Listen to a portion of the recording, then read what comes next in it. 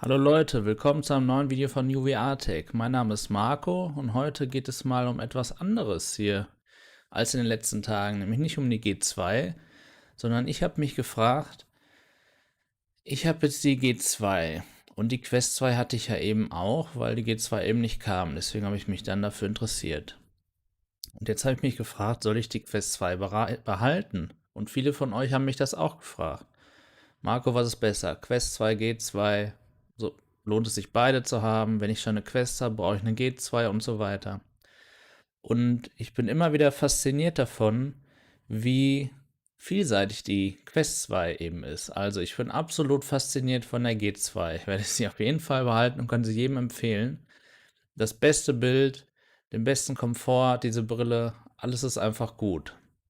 Wenn es um PC-VR-Spiele eben geht, ja.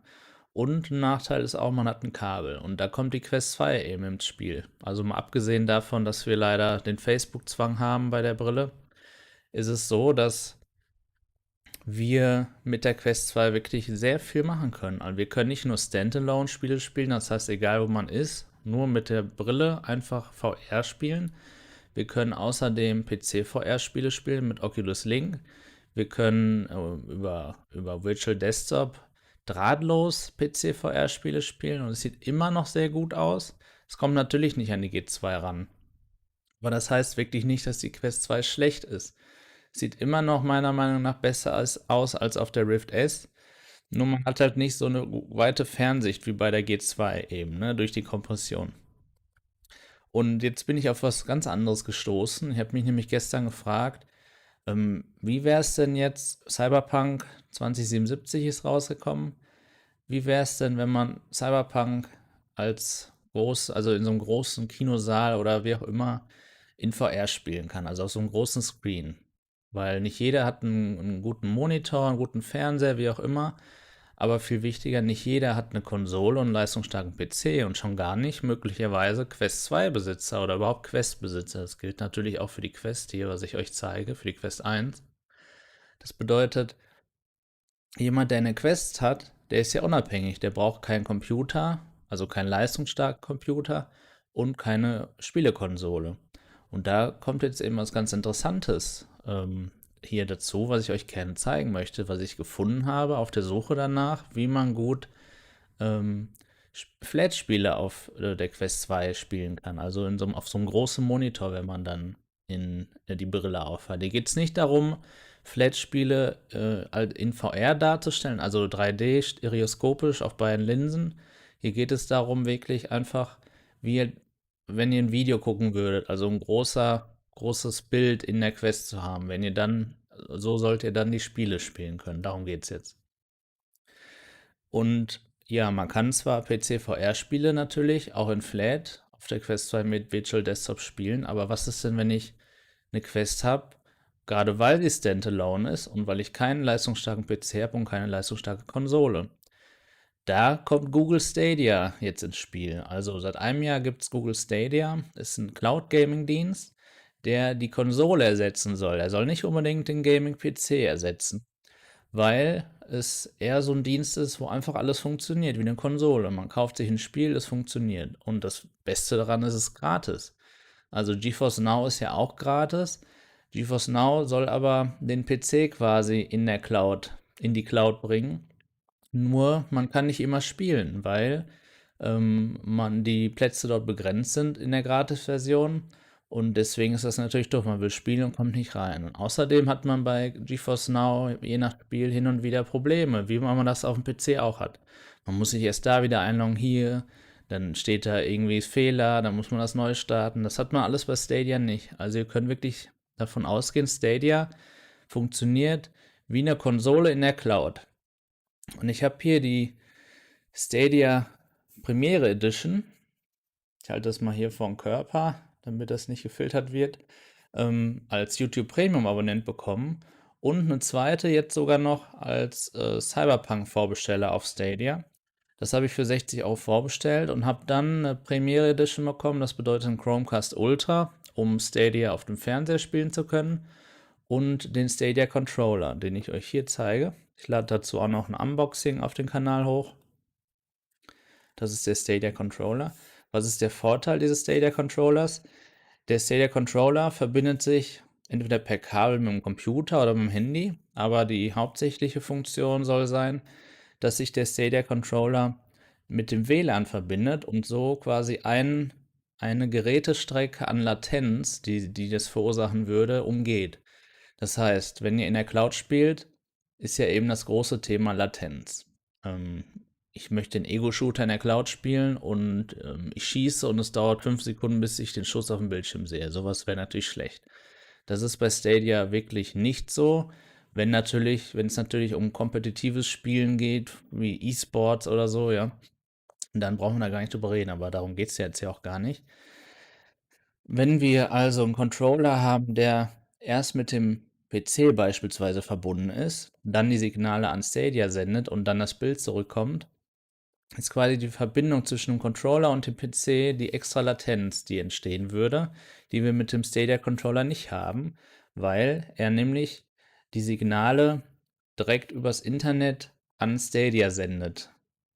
Das mag mit Sicherheit jetzt nicht einen signifikanten Unterschied machen, hat aber vor allem eben auch ähm, 'nen Komfortcharakter, weil ich den Stadia Controller immer nur mit Stadia verbinden muss und nicht mit dem Gerät. Und so kann ich quasi, ohne dass ich ständig das Gerät neu koppeln muss, mit Stadia spielen. Ich will euch gerne auch zeigen, wie das mit dem Stadia Controller funktioniert, aber hier soll es ja darum gehen, das Ganze mit Mitteln zu machen, die wir quasi alle schon haben. Und zwar habe ich hier auch einen Xbox One Controller und diesen können wir gleich mit der Quest 2 koppeln über Bluetooth und können diesen dann auch dafür benutzen. Das heißt, was braucht ihr jetzt, um das so zu machen, wie ich euch das hier in dem Livestream zeigen möchte? Ihr braucht natürlich eine Quest 1 oder Quest 2. Dann braucht ihr einen Controller. Bevorzugt eben Xbox One Controller. Mit PS4 Controller habe ich es noch nicht probiert. Ich weiß nicht, ob das mit der Quest funktioniert. Ähm, oder wenn ihr sogar einen Stadia Controller habt, dann seid ihr ja sowieso schon Stadia-Kunde. Ja, Terence Hill, hallo, genau. Mit dem Xbox Controller geht Stadia 1A, so ist es.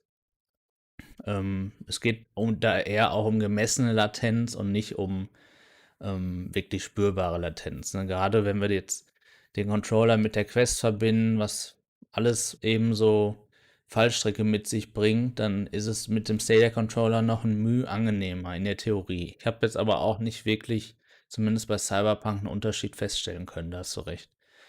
Ja, also, ich zeige euch hier ja im Hintergrund gerade meinen Desktop und wollte euch dann jetzt einmal demonstrieren, wie wir das Ganze einrichten können und was wir dazu brauchen. Also, ich möchte euch jetzt vorab schon mal sagen, leider ist es nicht möglich, das Ganze auf der Quest zu capturen. Also egal, ob man einen Chromecast hat oder eine Capture Card.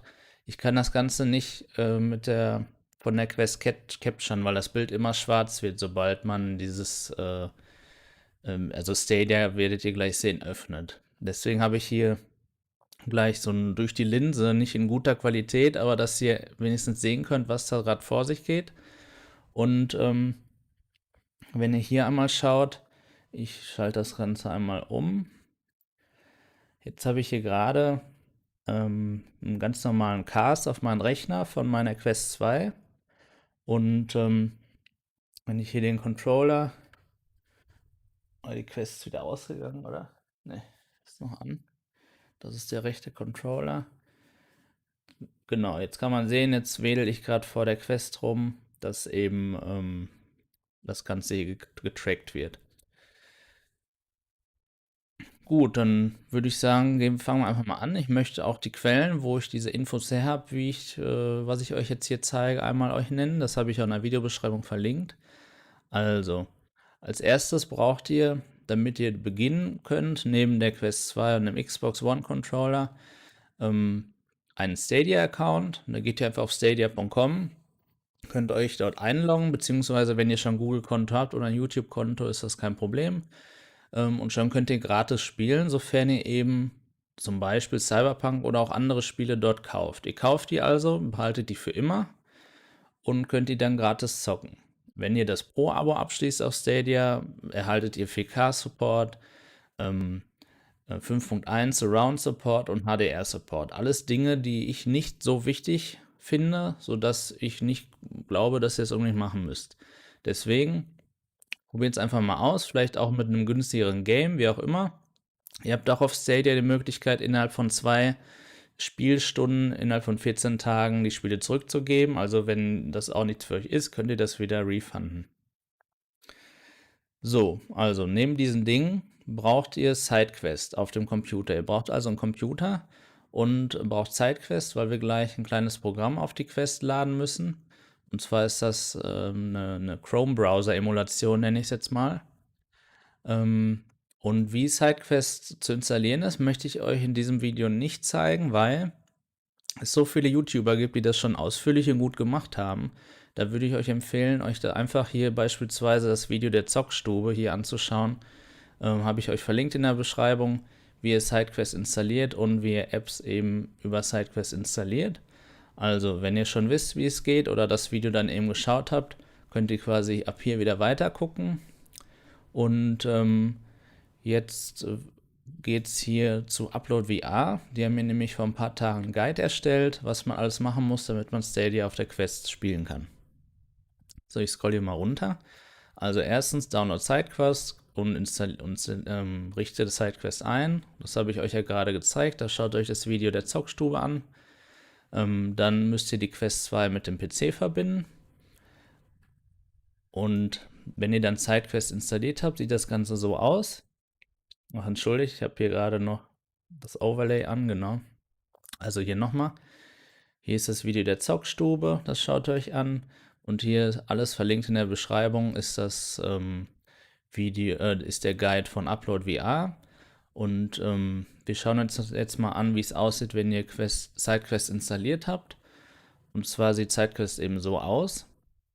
Und hier müsste dann stehen eben Device Connected, wenn das alles gut ist. Hier ist dann ein grüner Punkt. Und dann habt ihr die Quest mit SideQuest verbunden und den PC eben. Danach müsst ihr euch hier auf dieser Seite, die öffnen wir einmal, dieses Programm runterladen. Und zwar ist das Chromium for Stadia.apk. Hi Akro, schön, dass du da bist. Das ist eben, weil die Quest ja auf Android basiert, eine App, wo wir dann Stadia drüber laufen lassen können. Im normalen Browser geht das nämlich leider nicht. Und hier klicken wir, wenn wir auf den Link geklickt haben, eben einmal hier drauf. Dann scrollen wir wieder ein Stück runter und dann hier auf Download. Und dann sagen wir hier Speichern. Ich habe das Ganze jetzt auf meinem Desktop. Und der nächste Schritt wäre jetzt eben, dass wir, wenn die Quest verbunden ist mit SideQuest und dem PC, hier oben rechts auf dieses Paket gehen mit dem Download oder mit dem Pfeil nach unten. Da können wir nämlich diese APK-Files auf die Quest installieren. Und hier würdet ihr jetzt hier diese APK, die ihr gerade runtergeladen habt, auswählen und dann hier öffnen und dann würde das Ganze auf der Quest installiert werden. Das war es quasi auch schon. Hier unten müsste dann stehen Successful, nachdem das eben installiert wird. Und dann habt ihr das Ganze schon auf der Quest installiert und könnt SideQuest wieder schließen und seid quasi damit schon durch. Und richtig viel folgt jetzt gar nicht mehr. Das ist nämlich relativ leicht. Was wir aber machen müssen noch, ist eben den Xbox One Controller mit der Quest 2 zu koppeln. Das zeige ich euch einmal. Und auch hier, warum auch immer, kann ich nicht alles capturen, sodass, wenn ich jetzt euch hier einmal das Quest-Menü zeige, ich zentriere das hier einmal. So, jetzt kann ich hier quasi so ein bisschen steuern. Also wir müssen in die Einstellungen.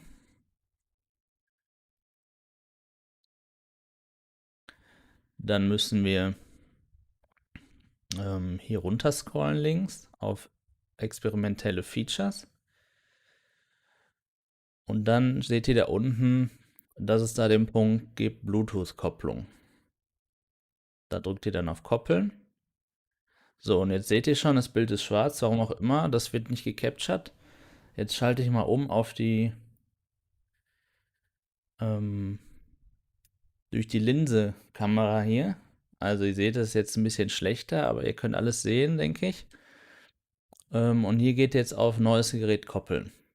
So, jetzt werden alle Geräte in der Umgebung angezeigt. Und jetzt mache ich hier den Xbox One Controller eben an, bis er leuchtet. Und dann drücke ich hier oben die Koppeln-Taste. Dann blinkt das Logo. Und dort sehe ich jetzt auch schon einen Xbox Wireless Controller. Den wähle ich jetzt aus.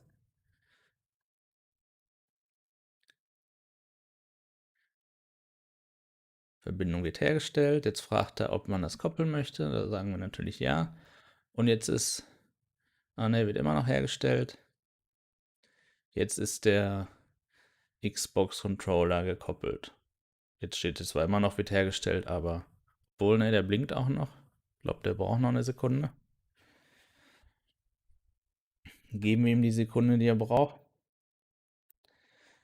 Geht doch alles ganz normal. Dauert jetzt irgendwie länger. Ist ja normal, ne?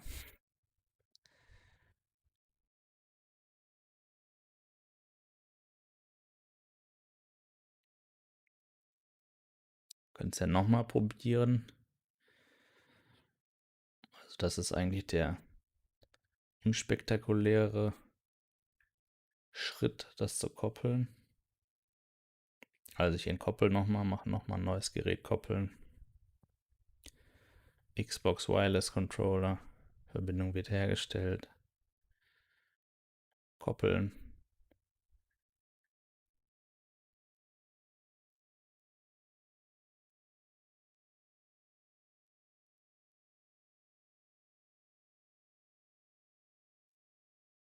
Tja, ich schalte mal den Controller aus.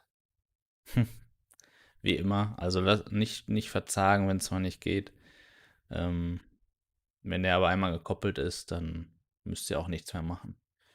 Also dann gehe ich hier nochmal raus. Nochmal entfernen. Gerät entkoppeln. Zurück. Zurück.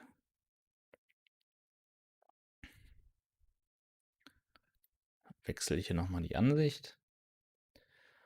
Also dann gehen wir auf Einstellung nochmal.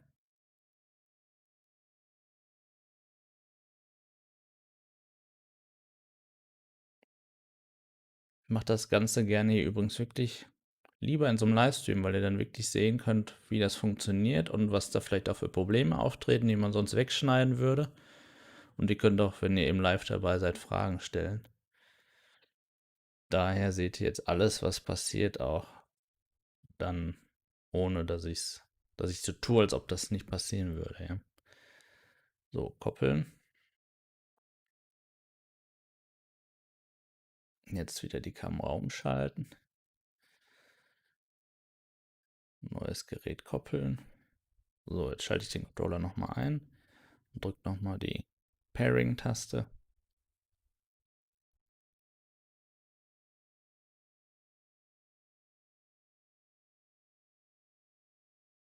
Xbox Wireless Controller.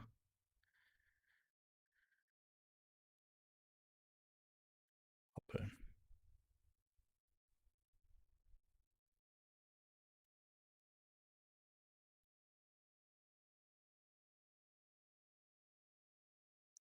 Ja, wirklich ärgerlich, jetzt koppelt sich nicht. So doof das auch klingt, bei euch wird das normal funktionieren. Das hat nämlich, ich habe das ja heute schon 5-mal gemacht, hat immer funktioniert. Also geht davon aus, der ist jetzt gekoppelt. Ich weiß, es ist immer doof, das so zu sehen, aber ihr werdet das ja dann sehen, dass es funktioniert, wenn ihr das testet. Brauchen wir jetzt nicht unbedingt, denn jetzt gehen wir einfach zum nächsten Schritt. Nämlich dann bleibe ich auch in der, ich gehe nochmal auf diese Ansicht. Jetzt gehen wir auf das Menü hier.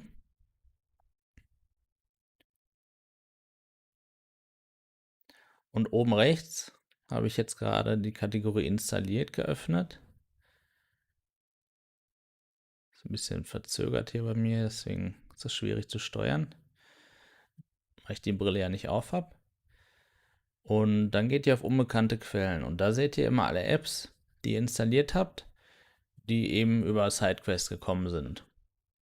Und dort habt ihr jetzt die App Chromium. Das ist eben die App, über die wir Google Stadia aufrufen können. Das machen wir jetzt. Wir öffnen Chromium.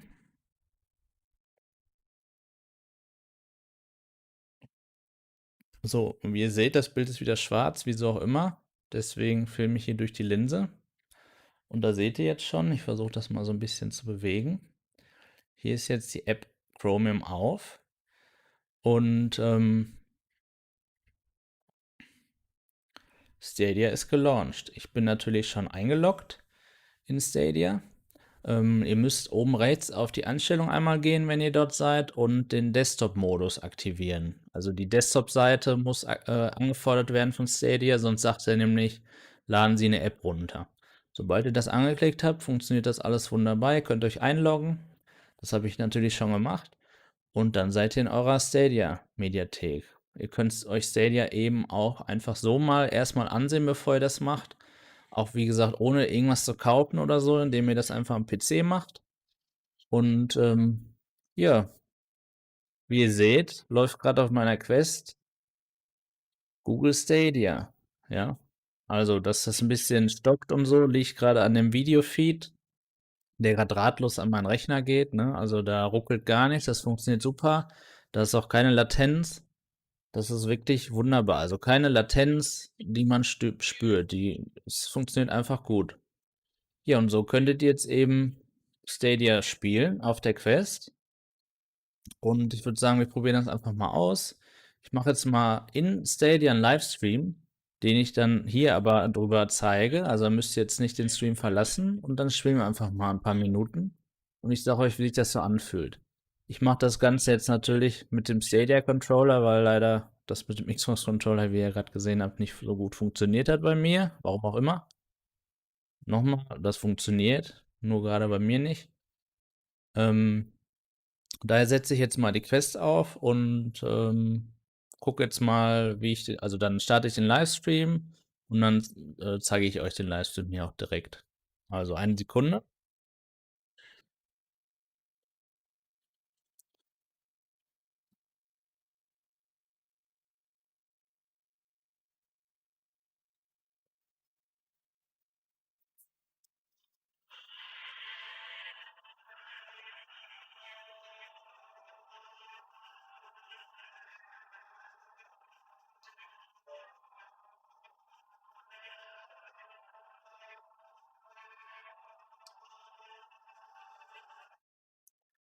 So,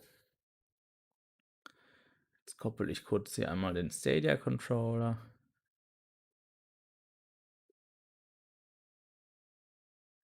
In der Hoffnung, dass das dann diesmal geht, wie es auch die ganze Zeit gegangen ist. Hm. Ja, aber wie gesagt, so seht ihr dann auch, dass es durchaus manchmal Schwierigkeiten geben kann, ne? Wenn das immer bei allen so einfach aussieht. So, ich habe jetzt den Stadia Controller gekoppelt und kann jetzt auf Starten gehen. Wie gesagt, das ging relativ leicht.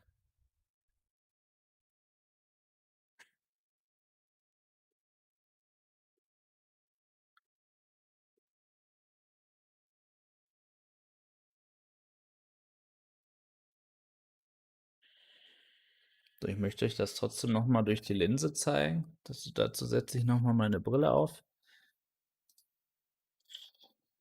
und mache hier mal meine Kamera ab.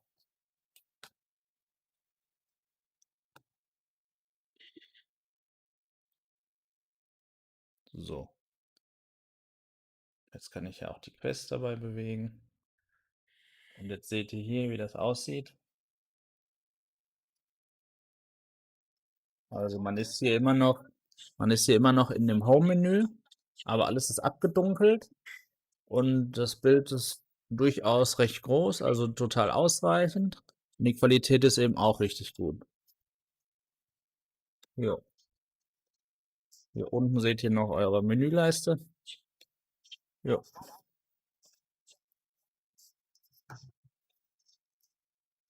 Okay, ich mache jetzt hier mal die Lautstärke ein bisschen leiser.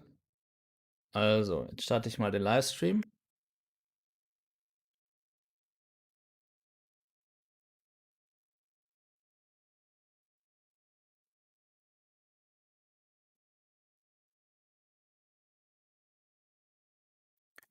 So. Livestream starten.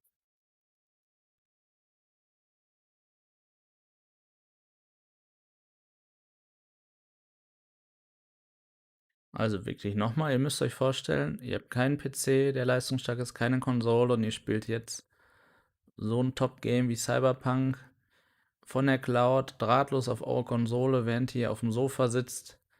Also wirklich hier das Beste, was ihr kriegen könnt.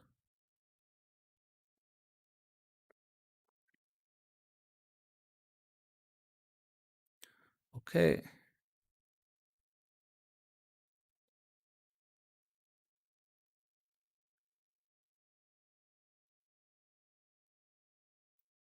Gut. Der Stream ist jetzt an. Jetzt kann ich euch das hier einmal auf den Desktop ziehen, indem ich den Stream, das ist jetzt ein privater Stream, euch hier einfach zeige und aufrufe.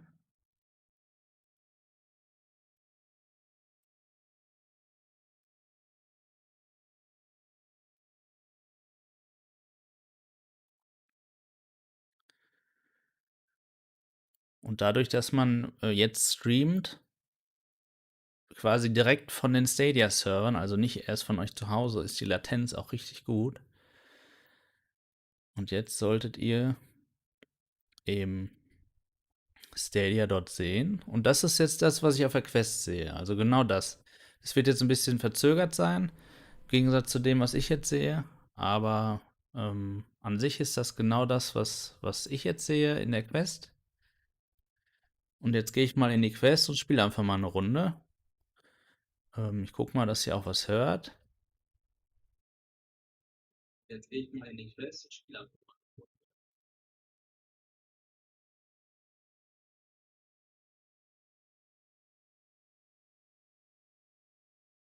Eine Sekunde, ich stelle einmal hier das Audio um.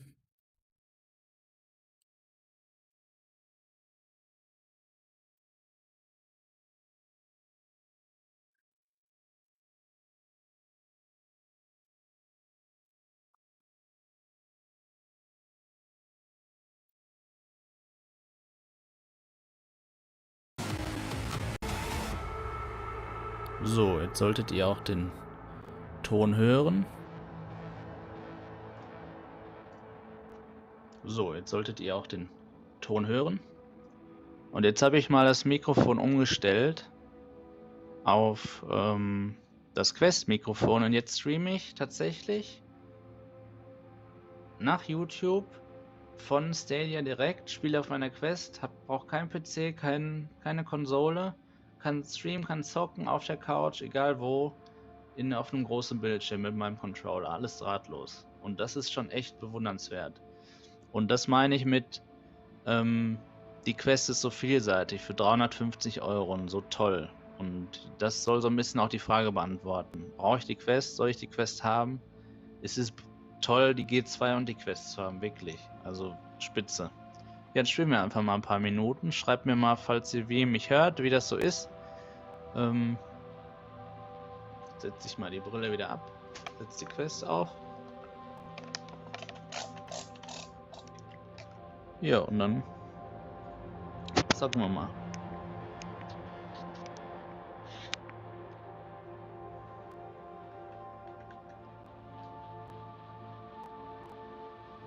Muss ich hier einmal nochmal mit dem Controller rein.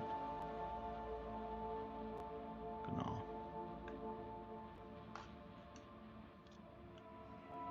Jo.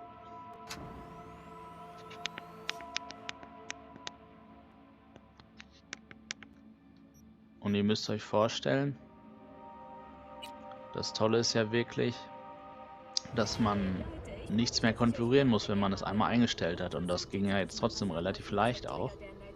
Das heißt, wenn Google irgendwann mal so schlau ist und bietet Stadia an, direkt im Browser der Quest, also da die Unterstützung. Man kann ja auch VR-Spiele in der Quest 2 spielen, über den Browser, also so leistungsstark ist der. Dann hat Stadia hier eine Reichweite wieder gewonnen, ne? Ohne dass man dann diese Konfiguration vornehmen muss. Aber wie ihr seht, selbst mit dem kleinen Aufwand funktioniert das sehr gut. guck mal kurz in den Chat. Scheint alles okay zu sein. Ja, und jetzt sind wir hier. Alles ist wirklich verzögerungsfrei. Das bedeutet spielbar, ja. Verzögerungsfrei ist es ja in der Theorie nie. Und jetzt können wir hier Cyberpunk spielen. Und das sieht schon wirklich besser aus als auf meinem Monitor. Dann meine ich, ist es einfach größer, imposanter. Und vor allem, ich kann es überall spielen. Ne? Ich habe quasi meinen Bildschirm mit, nämlich direkt auf dem Kopf. Also wirklich cool. Man braucht dazu eben nur eine relativ gute Internetverbindung. Und man sollte nicht zu weit weg sein vom Router, ne? Das erhöht die Latenz sonst zu sehr. Aber das geht mit Sicherheit auch über LTE oder über 5G in einigen Jahren dann als Handy-Hotspot, also wenn ihr einen Handy-Hotspot einrichtet. Und das ist dann echt die Zukunft. Also die Konsolen wird es auf lange Sicht, also nicht in der nahen Zukunft, dann bald nicht mehr geben. Ne? Das ist einfach so. Der PC hat da noch ein paar mehr Chancen, aber die Konsole irgendwann nicht mehr. So, ohne dass ich jetzt hier wirklich der Story folge, spiele ich hier einfach mal kurz. Wie gesagt, ich streame jetzt über die Quest, über Stadia direkt nach YouTube. Ihr hört mich gerade auch über die Quest. Das Bild, was ihr jetzt seht auf dem Channel New VR Tech, ist natürlich jetzt verzögert zu meinen Lippen, die ihr seht, aber so würde es aussehen, wenn ihr eben streamt, ne? Nur es geht dann halt leider nicht mit Kamera. So, also hier ganz normal, funktioniert alles, sieht super aus. Zielen kann ich nicht mit dem Controller, das liegt aber an mir. Aber wirklich toll. Funktioniert super. So, jetzt geht's hier natürlich ab. Das wollte ich ja auch, dass ihr seht. Ist das super. Das funktioniert. Echt toll. Und ich habe hier eben mit meinem Stadia Controller statt des Xbox Controllers angeschlossen. Einfach nur, weil ich ihn habe eben, aber ihr könnt es auch mit dem Xbox Controller machen, das Koppeln sollte nicht so problembehaftet sein wie gerade. Ich habe vorher mal schon gemacht, das ist ein Problem. Okay, jetzt bin ich hier gestorben, aber das soll es quasi auch schon gewesen sein hier von der Erklärung und ich denke, ich schalte mal wieder das Mikro um. So, jetzt hört ihr mich wieder hier direkt. Ich denke, ihr habt gut gesehen, wie gut und einfach das funktioniert und eben, was es für Möglichkeiten gibt auf der Quest, was ich alles mit der Quest machen kann. Ne? Also wir fassen nochmal zusammen. Wir können mit der Quest 2 die wirklich eine gute Bildqualität und Auflösung hat und das besser als quasi alle VR-Brillen, die im letzten Jahr rausgekommen sind. Damit können wir Standalone spielen, also nur mit der Quest in VR. Wir können über Virtual Desktop Wireless spielen, PC-VR-Spiele. Wir können Wired, also über Oculus Link kabelgebunden PC-VR-Spiele spielen. Wir können Flat-Spiele über Wireless, über Virtual Desktop spielen, aber natürlich auch mit Kabel gebunden. Das geht ja dort genauso mit dem Kino-Modus in Steam VR oder Big Screen. Das ist sogar noch besser als der Steam VR Kino-Modus. Ja, und jetzt können wir auch, ohne eine Konsole oder einen PC zu besitzen, können wir, egal wo wir sind, über Stadia, über die Quest, alle Spiele spielen. Ihr braucht nur euer Controller, eure Quest und schon geht's los. Und das ist schon wirklich beeindruckend, finde ich. Für 350 €, also nochmal Facebook-Zwang, leider ja. Aber ich finde, es ist nicht gerechtfertigt, eine andere Brille neben der G2 zu besitzen, wenn ich ehrlich bin. Außer die das Lighthouse bevorzugen, was ich verstehen kann, weil das einfach auch latenzfreier ist. Man es ja aber eben auch mit der G2 betreiben kann. Also nach meiner Meinung nach, da mache ich aber eben auch noch ein Review über der G2, wo ich darüber sprechen werde, ist die G2 die beste PC-VR-Brille zurzeit, zumindest auch die ich getestet habe. Es bietet das Beste aus allem, was PC-VR angeht und kann eben auch mit Lighthouse betrieben werden, wenn man möchte. Und wenn man dazu aber eine Quest 2 schon hat oder hatte, ist die oder eben haben möchte, ist das wirklich die perfekte Ergänzung. Überall dort zu spielen, wo der PC nicht erreichbar ist und man dann natürlich ein paar Kompromisse eingeht, aber die wirklich nicht störend sind. Also wirklich toll, dieses Ökosystem. Ich hoffe, dass Google Stadia, beziehungsweise Google Stadia eben noch im Browser nativ für die Quest rausbringen. Ich denke nicht, dass das kommen wird, aber das wäre natürlich mein Wunsch. Und mein noch größerer Wunsch wäre es, wenn Google das Unmögliche möglich macht, nämlich VR-Spiele in der Cloud bereitstellt, über den Browser der Oculus Quest. Wir können ja VR-Spiele über den Browser der Oculus Quest spielen, ähm, aber die sind natürlich nicht so leistungsstark. Wenn die Spiele aber nur gestreamt werden müssen und die das irgendwie schaffen zu verbinden, was meiner Meinung nach möglich wäre, dann wäre das ultimativ und würde Stadia einen richtigen Kaufgrund, oder ist ja gar kein Kaufgrund, aber einen Grund, die Plattform zu nutzen geben. Weil erstmal ist es eine Gratis-Konsole, ich brauche nicht 500 € für eine Playstation bezahlen, muss die Spiele genauso kaufen wie auf jeder anderen Plattform. Und klar, wenn Stadia irgendwann mal nicht mehr wäre quasi, was ich nicht hoffe und auch nicht glaube, dann habe ich die Spiele nicht mehr.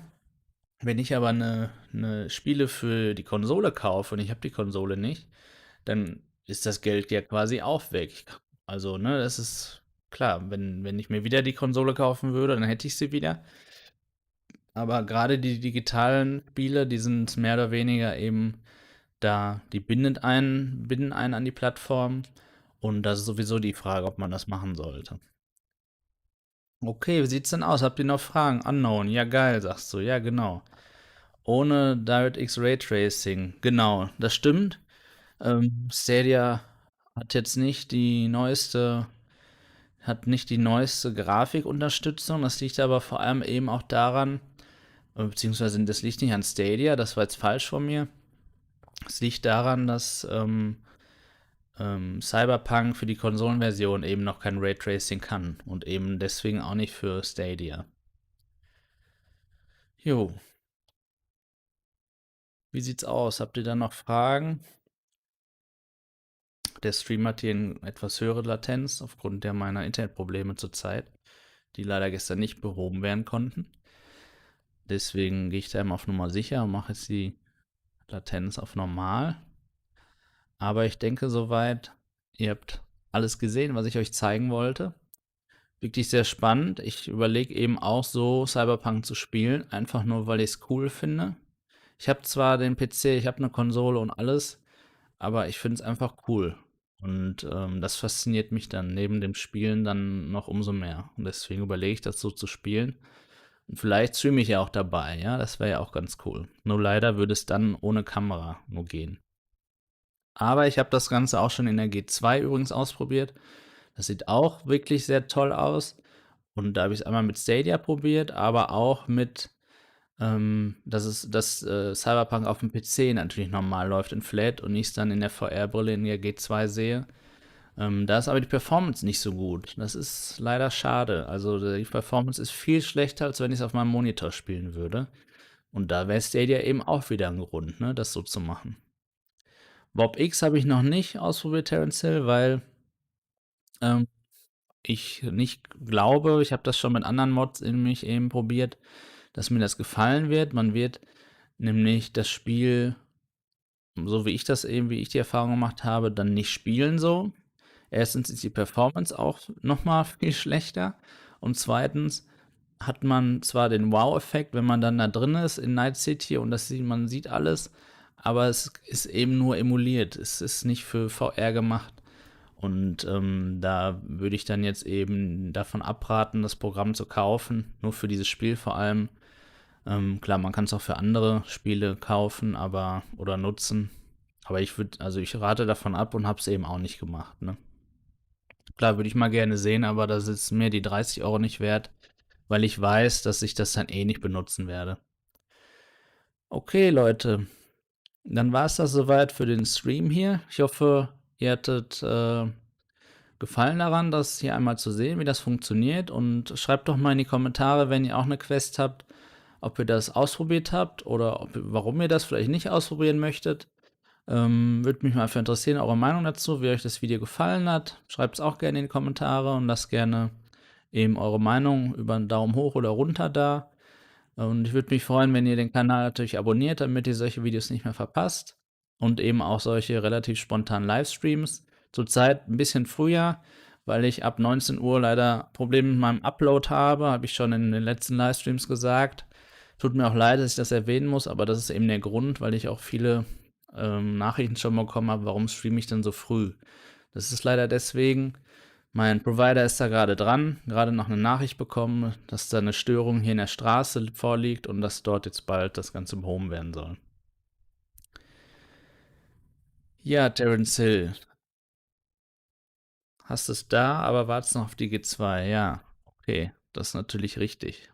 Eine VR-Brille muss dafür da sein. Mit der G2 wirst du aber auch sehen, das sieht richtig gut aus. Ja, danke, Unknown, fürs Teilen des Videos. Okay, ja, guck's dir gerne nochmal von vorne an. Dann könnte sein, dass es irgendwann nicht mehr zu sehen ist für einige Zeit, weil es dann nochmal verarbeitet wird von YouTube, aber danach ist es dann wieder online, genauso wie ich es gestreamt habe. Und dann danke ich euch. Ich werde heute noch ein Video machen, nämlich spiele ich mit der G2 ein paar Sim-Racing-Games und würde mich natürlich freuen, wenn ihr auch dabei seid. Ich hoffe eben dann, mein Livestream funktioniert auch, beziehungsweise das entscheide ich dann spontan, ob ich es aufzeichne oder livestreame, je nachdem, wie mein Upload gleich funktioniert. Ne? Das ist leider ein bisschen doof im Moment. Okay, danke fürs Zusehen und bis zum nächsten Video. Ciao.